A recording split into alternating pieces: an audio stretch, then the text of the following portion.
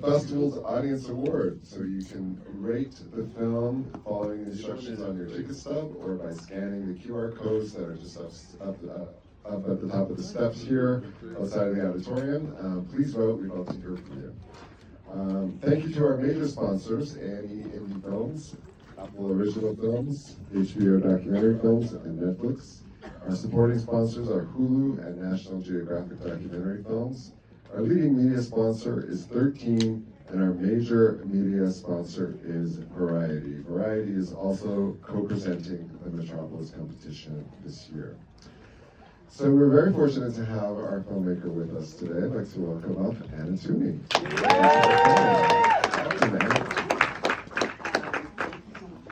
Doc NYC. So amazing to be here in New York City and have our premiere here. New York is a character in the film. And of course, all of our moms are from New York City, and so it's really a pleasure to be here. And I was telling Jai earlier that it's equally and like almost more exciting for me because being here at Doc NYC, when I left ABC, I wanted to become an independent filmmaker, and I just hung out here for 10 days and took like all of their panels and watched a ton of films, met a ton of people, and I was incredibly inspired. So to be here with my first film is incredible, so thank you so much.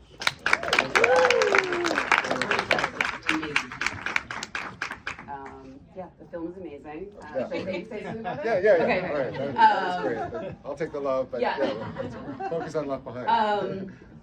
Yeah, so this is an incredible inspirational film about 5 women who set out to change, New York City and hopefully the nation with what they accomplished. And it's a really inspirational story. So I don't want to say too much, but we'll have a little Q&A afterwards, so you'll find out more information there. Yeah. All right. Thank you, Anna. And the conversation with Anna and some additional special guests will be moderated by EricaHill from CNN. So stay tuned for that. And festival is running until tomorrow, so if you have time to catch us on our last in-person day, please do so. But most of the festival is also available in our virtual theater, which is playing online through December 1st. So check out our website and get tickets for anything that you missed. Thank you and enjoy the screening. Thank you.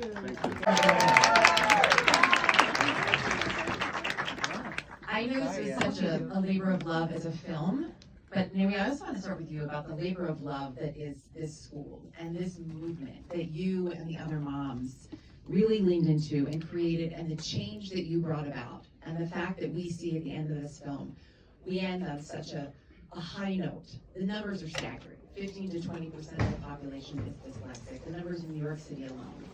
But you've got this school going. There's supposed to be another one opening in Brooklyn. Where are things today? Well, first I just want to ask the team of Literacy Academy Collective to stand up, because I'm representing them, but these new members, I just want to give them not all the women in New York City, but this is the work, and this is, we went from a group of 6 volunteer moms to now a nonprofit school support organization of 8. So we're doing some of that work. I will say that this was a labor of love because we collectively have 10 dyslexic children that were left behind, no pun intended, but also we knew that there's tons of kids behind them that would benefit from this. I think one of the things that make us, I would say deadly, is that we advocate, agitate, and aggravate to a yes. And we are women who know what's best for children because we've seen it in our own homes, and it's best for all children. So when we opened up South Bronx Literacy Academy, my role is I'm the Director of Family and Community Engagement, so I am there about once a week, and I support the families with workshops and just some general stuff. And honestly, the stories that come to us of the transformations that happen, 30 days in, 60 days in, 90 days in, a whole school year in, is literally what keeps us moving. There was one boy who was so angry, so deeply angry that he couldn't read. And he refused to get us asked even to face him. But I called her around Thanksgiving last year, and she said, my son's therapist is asking what the school is doing, because he's a different boy. He's not angry anymore. He's starting to decode some simple words. And then I have parents who are telling me I can't hide my cell phone anymore because they can read my text messages. And I think those stories is what wakes us, what honestly wakes us up in the morning feeling great about ourselves. But then we realize that these are just 98 kids in one school building, and there's hundreds of thousands of other kids. So that's why we're actively working towards opening a Central Brooklyn Literacy Academy in Crown Heights for second and third graders, for 36 kids in the fall.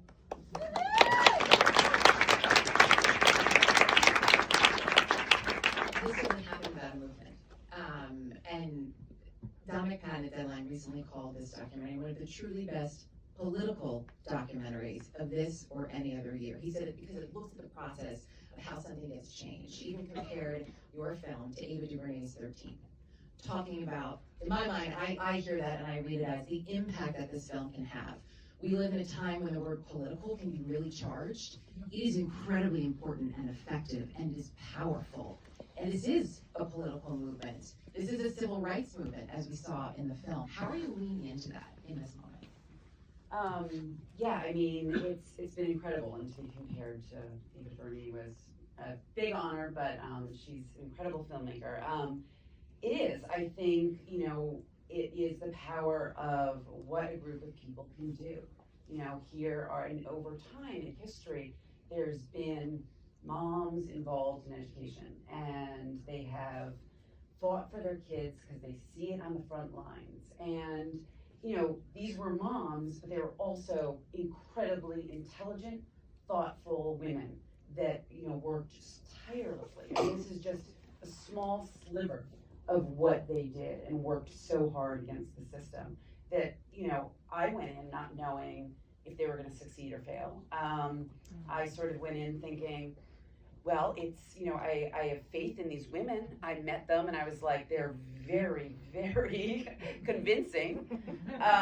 But they're going up against an outdated system, and a system that is ignoring these families for generations. So to do it in a school system that is the largest school system in the nation and accomplish this is incredible. So I think the hope is that this is inspiring for people. This is not an issue in New York City, it is an issue across the country. And I hear from parents all over, this is happening to my child. I hear from teachers saying, I want to be able to teach these kids and I don't have the tools. So I think our hope is we can take this film and inspire others. And there's so many Naomis on the ground across the country that we want to sort of, create and inspire and help to kind of get this changed, and globally as well. I'm just going to say, and globally, because because it is a global issue. When we look at it, Sean, in terms of this film and where it could go and what it could do in this moment, it is tough to be a documentary filmmaker. I haven't tried it myself, but I've heard a lot from Anna over the last few years, and she's made her way into this world, and I'm starting to have a sense of how it has become increasingly difficult. So what is it about this film that convinced you this is the one that we want to be a part of? This is a story that needs to be told and needs to be seen and heard.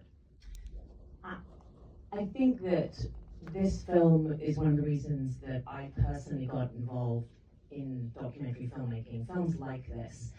And it's rare that you come across a film that tells a story in such a beautiful way, and also you think, wow, these people are people that I aspire to be. I want to be more like these people when I wake up every morning. And that's the kind of film that I wanted to make when I got into producing films. And I think what's extraordinary, as you said, not just in this country, but across the globe, there are children who are not being helped. And I think part of the team that I'm representing by standing up here, the producers, the executive producers of the film, we all know personally, because we have children with dyslexia as well, Chris Farrell, who's one of the producers, Larry Mullen, my husband and business partner, David Beal, we all have children with dyslexia. Our executive producers here, Sophia Marino, Jean Renaud, the Fugez, who are here, Juju Chang, who's here, who's supporting us. We all know what a huge issue this is. And so being part of a film like this, getting involved in a film like this is critical. And having it at festivals like this, getting it out across the world, really, making sure that this film gets seen. I know the power of film. I know what media does, as you know, Erica. You can raise a story up, you can tell that story. So we climbed on board with these women, thanks to Anna, to be able to help amplify this voice. And we're bringing on as many people as we can. The song that you heard at the end there was by Gail. Gail is an artist who is dyslexic as well. We're finding and gathering people together who can tell this story and share this on behalf of the people who can't speak for themselves. And all of the moms, all of the kids who are seen here were willing to share their story, and that's a privilege and an honor that we get to do, to extend that story as far as we can.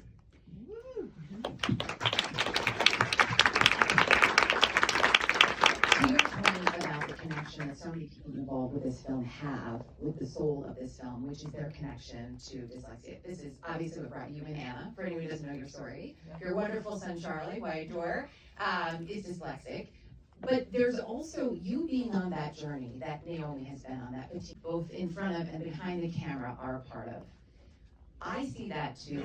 I see the authenticity in this story, and I wonder how much of that connective journey really led to that trust from the moms in terms of sharing their story and allowing you into their lives and believing that you would do their story justice. And also you, as a filmmaker, leaning into that authentic story. Yeah, I mean, it's a very unique experience when you have a child that has dyslexia. And we wanted to express that in this film so others could sort of see that. It's when your child enters school and immediately they're taught how to read and they can't do it. The first thing that they realize is, well, I guess I'm a failure, And that is such a deep pain, and you see the trauma even to adults. And so expressing that, being able to express that in a film, it was really important to me. I'm looking at Fatima because, she went through exactly, and Adam, they went through, we had such a connection. We come from very different worlds, but I knew exactly what she was going through. But she had so many other layers and obstacles that she had to deal with that I did not. And that's what I wanted to show in this film, is that, there has to be a way that all kids can be educated, just as you put. So yeah, that was incredibly important to me, and that is so important as a journalist and a storyteller. You're putting your trust, you are putting your trust in me as a filmmaker, and I'm putting my trust in you. And I think that's a relationship that's obviously incredibly important, and hopefully, that's the beauty of film, right? You get to experience a world that you would not have otherwise experienced, and hopefully open your heart and your eyes to an issue, to somebody, to a story that you can now relate to, and it will resonate with you. And I think that's what makes a true difference. Have you been surprised at all, Naomi, in terms of the response to the film? I mean, personally for me, every time I watch it, I'm crying. For me, it's a little bit interesting because the movie was in a different film festival, and so many people just came up to me and were sharing, really personal stories of themselves, their sister, their brother, and some super tragic stuff that happened along that way, along to them because they were undiagnosed, unsupported, all that. So it's interesting that it's resonating with people. I think to trail a little bit what you asked Anna prior, I think it was really important to me, and I spoke to Anna in depth about this as well. There was a lot of movies that have been made about dyslexia, but it was really focused on the white community. And for some reason, you know, in communities of color, it's like, oh, that doesn't happen to us. And, you know, clearly it does, it's just it's undiagnosed. So I think it's really important that people see themselves in this movie, but in a really authentic way. That this is something that is not something that's archaic or is off in the distance that happens to other people. So much of the people that supported us have literally resonated with us, and some very interesting people have been saying, I understand this and I want to support you because my brother was dyslexic, or my father was, or I'm secretly dyslexic. I invited someone to come, she's coming tomorrow, and I know her for 5 years. She called me crying, and I was like, what is going on? I'm thinking like something happened and we're about to fight someone. And she said, no. That's the way I am. It's so clear. I'm proud product of my show. So I support everyone anytime. She was like, I want you to know that I'm gonna come see your movie not because of you, but also I'm dyslexic and I've never told anyone in my life. She's like, this is something I don't talk about, and I had just 2 teachers who took that time to work with me. So a lot of this is really deeply rooted in sort of the feelings and how that resonates with people. And you know, the one thing I hope people walk away is that anything is literally possible. And I don't ever, anytime people tell me, oh, I don't get into that political stuff, or my voice doesn't matter, I'm like, absolutely not true. And this is evidence, and and remember, all politics is local, as we know, it comes back and that's where the change Life is happens. political, as we know. I know that we are almost out of time, but I did want to ask you before we wrap up, a couple of the elements in the film that I think really, you mentioned the song at the end, and it sets such a tone coming into the film, that, and also the animation within the film, I think really set it apart and just elevate the story in a way and bring people into the story in a way. Why was it so important for those elements to be a part of Left Behind? I think just in the same way that Naomi and all of the women are a group of women who work together, a film, while Anna is our glorious leader, it takes a village of people. I know Brittany Kaplan is here. Brittany, where are you? Who's the editor of the film, extraordinaire. I don't think anyone from my cartoons is here at this time who did the animation. Is James here? James? No, our DP. Our DP isn't here, but he did a wonderful job. And I think the animation, the fact that Anna had the inspiration to do the animation is extraordinary. The music for us, I know Chris Farrell and David Beal, who my husband and business partner was a musician in his journey. Both of them were really felt that music was really important. I feel that music's really important to tell stories. When you are trying to elevate and get something out, being able to tap into the emotion, people's heartstrings, music really takes it to the next level. And we were lucky enough to have Larry Mullen Jr. as both as a producer, and then he became involved in doing the music. And the music has really, we have Claire and Olivier Manchon who did the score, and then Larry came on with Gail and David Barron and worked on these 2 incredible songs. And I have to say, it was just yet another piece. And a movie requires so many people and so much attention to detail. Even Anna and I were just sitting talking about the sound mix together and talking about the color correct and just talking about how many elements make an extraordinary movie.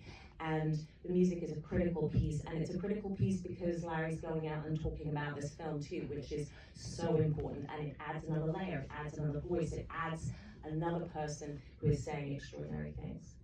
It is extraordinary in its own right. It is so wonderful to be able to have this conversation with all of you. I'm thrilled that you all saw it. You can see it again tomorrow, actually, as Naomi mentioned, at IFC at 11:15. And also, just keep an eye out because there's a theatrical release coming, MLK weekend. So go see it again. Bring your friends, bring your family. And as always, more information at leftbehindthefilm.com. Congratulations. Everyone